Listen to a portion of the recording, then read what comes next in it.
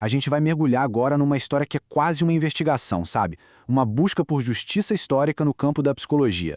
É a história de uma voz que ficou em silêncio por décadas e de todo o esforço para trazer essa voz de volta.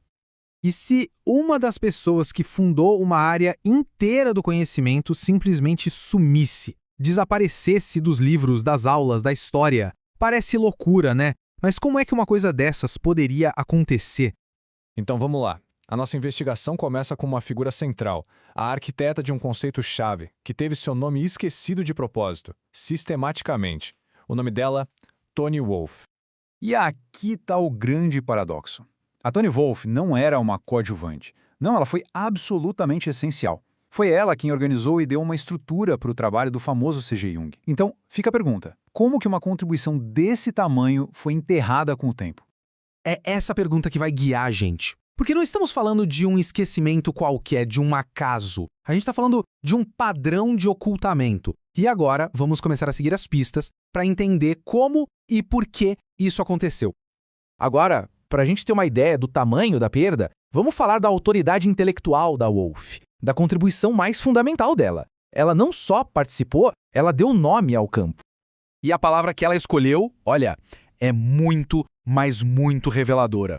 Complexus, em latim, não quer dizer complicado. Quer dizer aquilo que é tecido junto, entrelaçado. Pensa na imagem de vários fios, várias forças, vários sentidos se unindo, formando um nó vivo. Essa é a imagem que funda a psicologia que ela ajudou a criar.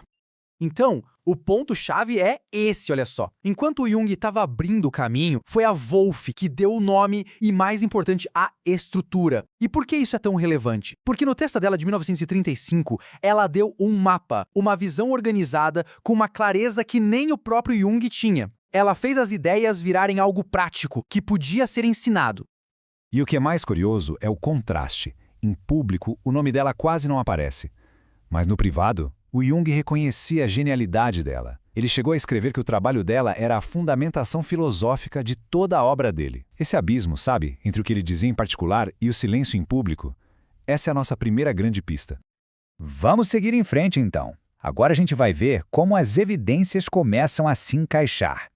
Vamos examinar as peças que mostram como o legado da Wolff foi ativamente escondido. E aqui a gente vê essa diferença de um jeito chocante. No privado, só elogios. Em público, um silêncio quase absoluto. Para ter uma ideia, no prólogo que o Jung escreveu para os textos dela depois que ela morreu, ele a menciona 7 vezes, mas só como a autora, sem nunca citar o nome dela. É um distanciamento que espanta, vindo de quem era o seu principal colaborador. Agora se prepara, porque aqui está talvez a prova mais sutil e ao mesmo tempo a mais devastadora de todas.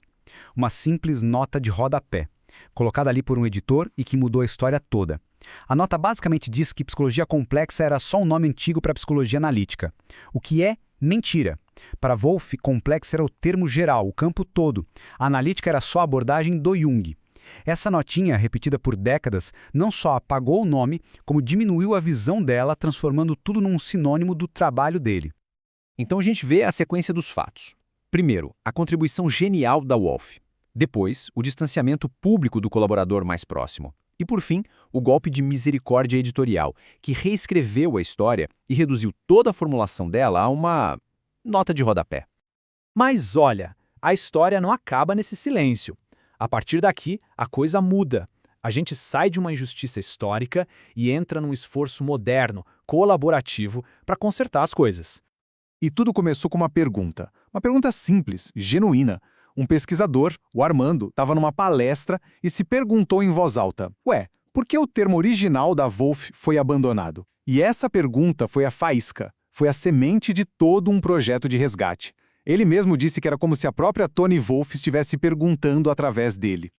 E aqui, aquela ideia do entrelaçamento volta com tudo. O que era uma busca solitária virou uma rede de colaboração. A pesquisa do Armando encontrou a da Carmen Lívia, que se juntou com a do Pedro e que, por fim, achou um lugar na editora da Vivian. Um esforço coletivo que nasceu de uma mesma inquietação.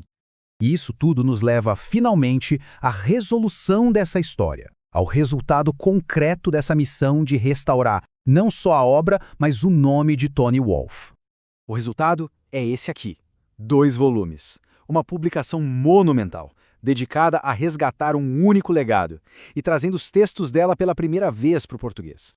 E o que tem nesses livros é simplesmente extraordinário. O primeiro volume é a tradução da obra principal dela. Já o segundo é um passo ainda maior. É a primeira vez que todos os textos espalhados dela são reunidos, superando até mesmo a coletânea que saiu em alemão. Isso, gente, não é só um lançamento de livro, é um ato de correção histórica.